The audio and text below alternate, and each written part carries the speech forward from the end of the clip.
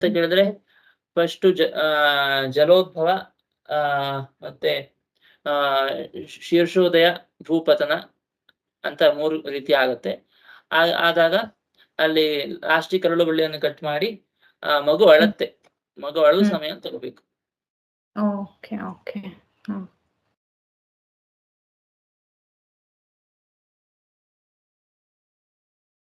ಮಗು ಅಳುವ ಸಮಯನ ಯಾರು ಬೇಕಾದ್ರೂ ನೋಟ್ ಮಾಡಬಹುದು. ಡಾಕ್ಟ್ರೇ ಮಾಡ್ಬೇಕು ಅಂತೇನಿಲ್ಲ. ಹೌದು.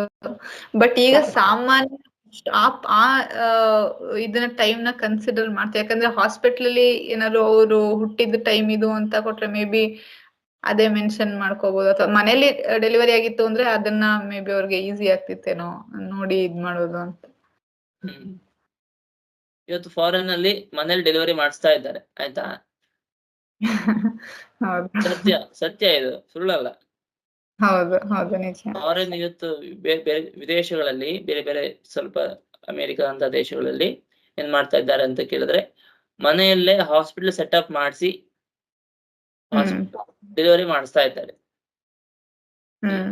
ಡೆಲಿವರಿಗೆ ತುಂಬಾ ಏನ್ ದೊಡ್ಡ ಆಪರೇಷನ್ ಸೆಟಪ್ ಬೇಕಾಗಲ್ಲ. ಮಿನಿಮಮ್ ಒಂದು ಸೆಟಪ್ ಬೇಕಾಗುವಂತದ್ದು. ಹಿಂದೆ ಮನೆಯಲ್ಲಿ ಆಸ್ಪತ್ರೆನೇ ಇರ್ಲಿಲ್ಲ, ಮನೆಯಲ್ಲೇ ಡೆಲಿವರಿ ಆಗ್ತಾ ಇತ್ತು. ಯಾವುದೇ ಹಾಸ್ಪಿಟಲ್ ಇಲ್ಲದೆ. ಇವತ್ತು ಬೇರೆ ದೇಶಗಳಲ್ಲಿ ಕೆಲವೊಂದು ಮಿನಿಮಮ್ ಏನು ಎಮರ್ಜೆನ್ಸಿ ಏನು ಬೇಕೋ ಅಷ್ಟನ್ನ ಮನೆಯಲ್ಲೇ ಸೆಟಪ್ ಮಾಡಿ ಇವತ್ತು ಡೆಲಿವರಿ ಮಾಡಿಸ್ತಾ ಇದ್ದಾರೆ. ಗಂಟೆ ಬಾಡಿಸ್ತಾರೆ. ಹುಟ್ಟುವಾಗ ಮಗು ಗುಣವನಾಗುವನ್ನು ಕೇಳಬೇಕು ಅಂತ ಗಂಟೆ ಬಾರಿಸೋರು ಇದ್ದಾರೆ ವಿದೇಶದಲ್ಲಿ ಇವತ್ತು ಟುಡೇ. ಭಾರತದವರು ನಿದ್ರೆ ಮಾಡ್ತಾ ಇದ್ದಾರೆ.